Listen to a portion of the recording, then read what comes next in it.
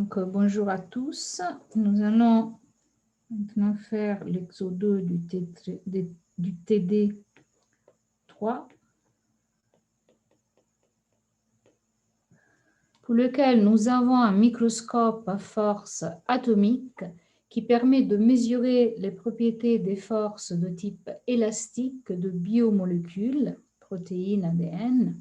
Et il s'agit de déterminer la relation entre la force appliquée en molécules et son allongement. Donc, le microscope, vous pouvez lire le test complet sous le Moodle, donc vous l'avez. Le microscope consiste d'une tige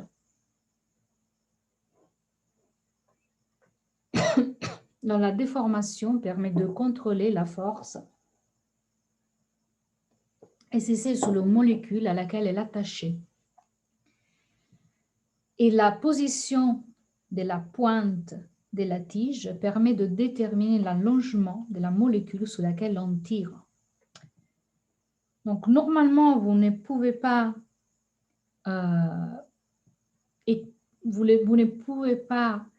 attacher directement, fixer directement la molécule que vous voulez étudier sur la tige du microscope. Et vous avez besoin d'une protéine de liaison cellulaire qui établit le contact entre les deux. Donc, cette molécule de liaison possède elle-même une certaine élasticité. Donc, les deux sont élastiques. Et pour représenter de façon simple ce système, nous allons utiliser un modèle dans lequel la protéine et la molécule que vous voulez étudier sont tous les deux des objets élastiques, donc peuvent être modélisés comme deux ressorts. Donc, vous aurez la protéine qui est attachée à la tige et la molécule qui est attachée à la protéine et qui de son côté est attachée aussi à un substrat.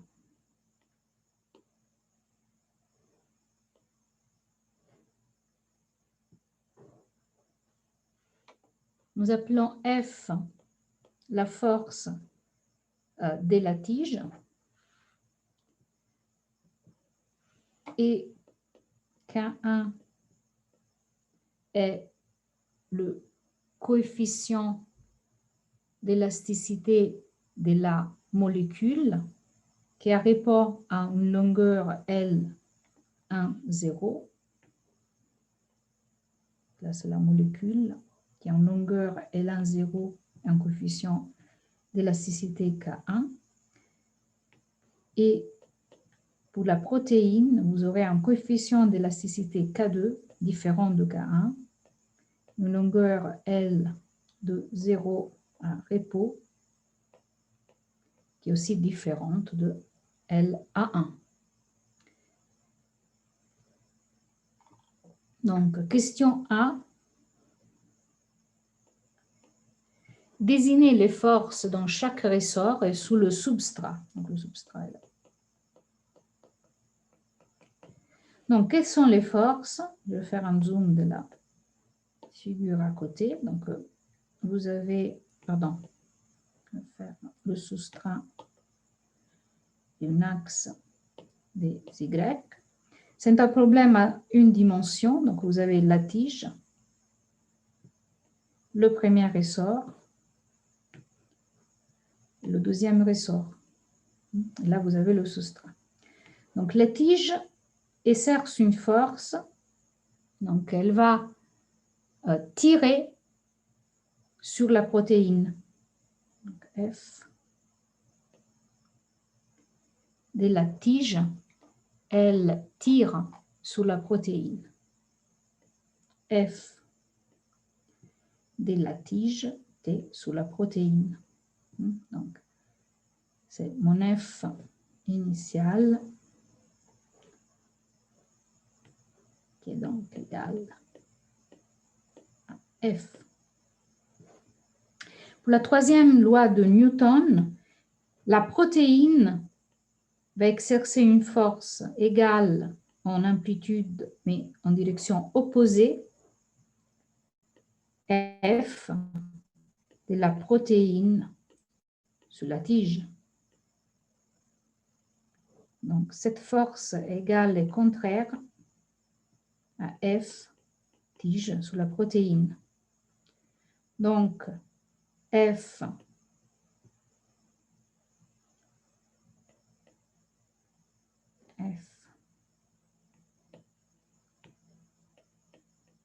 de la protéine sur la tige égale à moins F. Donc, si elle pousse vers le bas, non, la force de la protéine sous la tige, ça veut dire que cette force sera aussi exercée sur la molécule. Donc, F de la protéine sous la tige sera aussi égal à une force qui est ressentie donc, par la molécule, que la force de la protéine sur la molécule.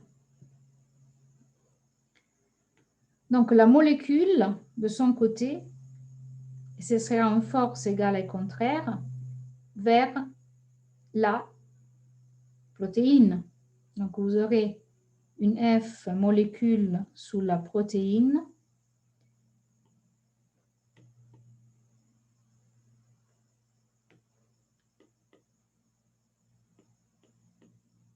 molécule sous la protéine qui sera égale et contraire à la force de la protéine sous la molécule. Donc, si F protéine sous la molécule est égale à F sous la protéine, à la protéine sous la tige, cette force-là sera égale à F moins F. C'est là. Et donc, la force de la molécule sous la protéine, force de la molécule sur la protéine, c'est là égal à moins la force de la protéine sur la molécule, et donc ce sera égal à F. Maintenant, si la molécule tire vers le haut, elle va tirer aussi vers le haut sous le substrat. Donc, la force de la molécule sous le substrat sera égale aussi à F. C'est exactement la même force ici et ici. Donc, ça sera égal F de la molécule sous le substrat, c'est égal que la force de la molécule sous la protéine. Et donc, le substrat, pour la troisième loi de Newton, il va exercer une force égale et contraire. Donc, F du substrat sur la molécule, ça sera égal à moins F de la molécule sur le substrat, et donc ça sera égal à moins F. Donc, pratiquement, la force de la tige qui tire vers le haut va tirer la protéine. Pour la troisième loi de Newton, la molécule aussi tire vers le haut, et le substrat aussi est tiré vers le haut. Donc, cette force qui est toujours la même se propage de la protéine jusqu'à la molécule, jusqu'au substrat.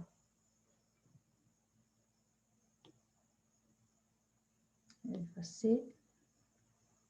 Maintenant que nous avons bien compris toutes les forces,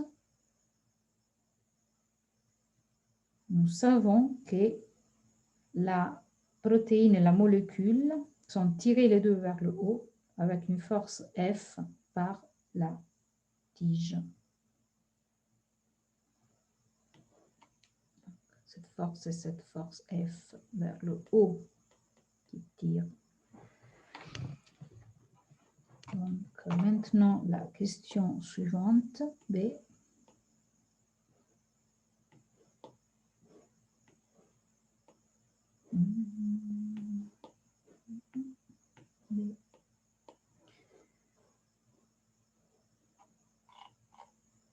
Exprimer l'allongement de chaque ressort en fonction de la force F, K1 et K2.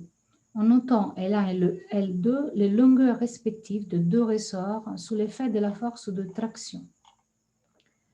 Donc, la force de traction est F. Nous avons vu pour un ressort, nous avons vu pendant le cours, vous pouvez écrire la force égale à K1, L1 moins L1, 0 pour la molécule. Et vu que la force est la même aussi sous la protéine, vous pouvez aussi écrire la force égale à K2, L2 moins L2, 0 pour la protéine.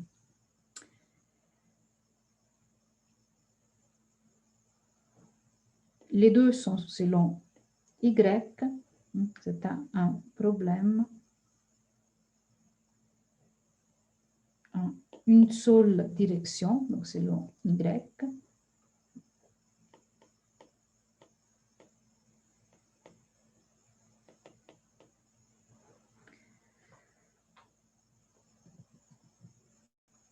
Donc, ils sont la force a seulement une composante sur l'axe des Y. Donc, nous écrivons simplement F sans le signe de vecteur.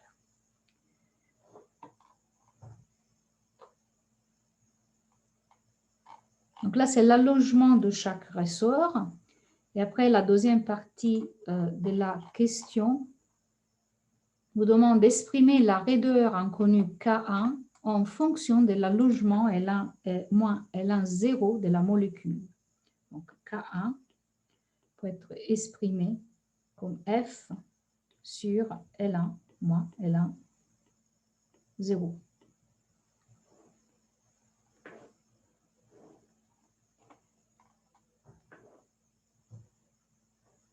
Je vais mettre là, de là,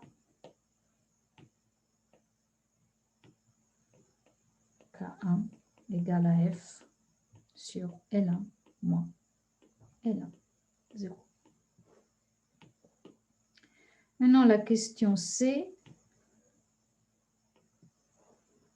On ne peut pas mesurer directement L1 moins L1 0, mais la position de la pointe du microscope permet de mesurer la longueur totale D du système de deux ressorts. Donc D, longueur totale, égale à L1 plus L2. Et on notera D0, la longueur à vide. Donc, il n'y a pas de force exercée. Donc, D0 égale à L1, 0 plus L2, 0. Donc, ce que vous mesurez, en effet, c'est D moins D0, qui est donc égal à L1 plus L2 moins L1, 0 plus L2, 0.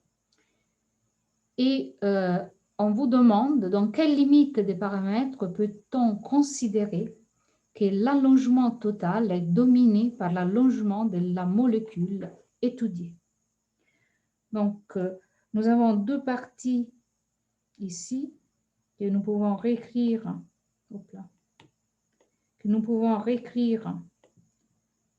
comme L1 moins L1 0 plus L2 moins L2 0. Donc, en effet, l'allongement total du système des deux ressorts est égal à l'allongement de la molécule plus l'allongement de la protéine. Donc, si L1 moins L1 0 est beaucoup plus grand de L2 moins L2 0, qu'est-ce que ça veut dire? Que L1 moins L1 0 est de 10 à 100 fois plus qu'L2 moins L0.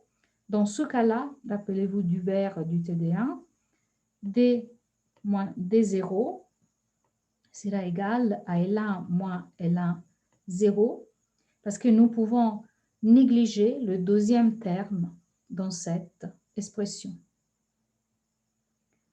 Donc, si L1 moins L1 0 est beaucoup plus grand d'L2 moins L2 0, D moins D0, l'allongement total des deux ressorts, sera approximé, donc là c'est une approximation, par l'allongement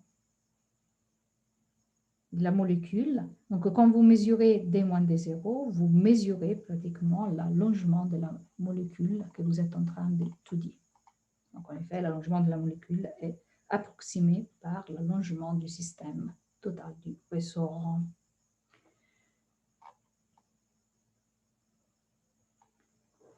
Après, exprimer comment dans cette limite, en tirant sous le système avec une force F connue, donc avec la F, et en mesurant l'allongement total, on peut déterminer la raideur K1 du premier ressort. Donc, vous avez, donc là, c'est toujours la partie finale de la question C. Donc, je vais juste effacer ici pour mieux voir dans quelle situation nous sommes.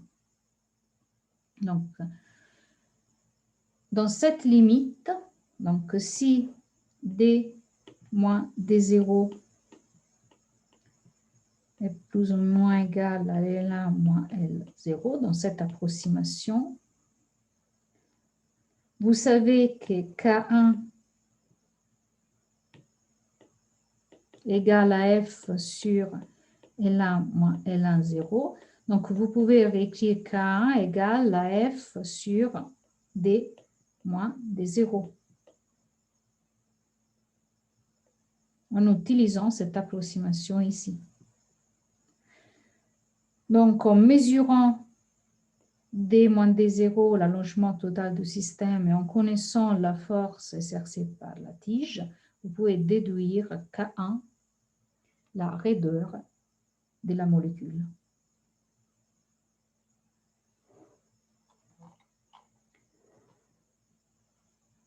Donc, question D. En utilisant les résultats de la partie C, quelles sont les propriétés qu'on souhaiterait avoir pour le lien moléculaire fixant la molécule étudiée à la pointe du microscope?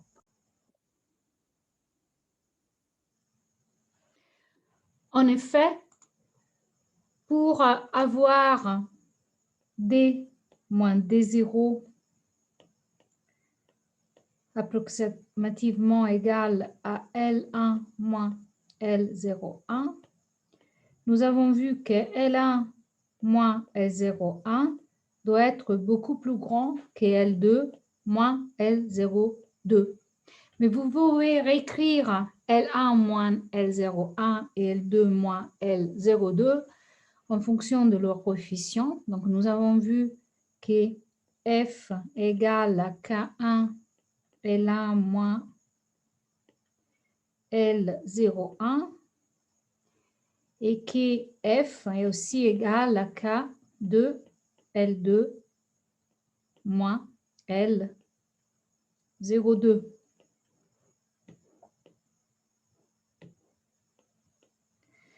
Donc, K1 L1 moins L01 égale à K2 L2 moins L02. Donc, vous pouvez réécrire L1 moins L01 comme K2 sur K1, L2 moins L02. Donc, en substituant L1 moins L01 ici,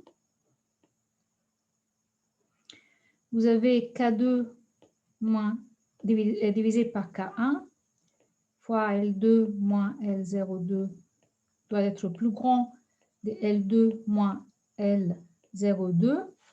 Donc, en simplifiant, ça veut dire que K2 sur K1 doit être beaucoup plus grand que 1. Et donc, K2 doit être beaucoup plus grand de K1.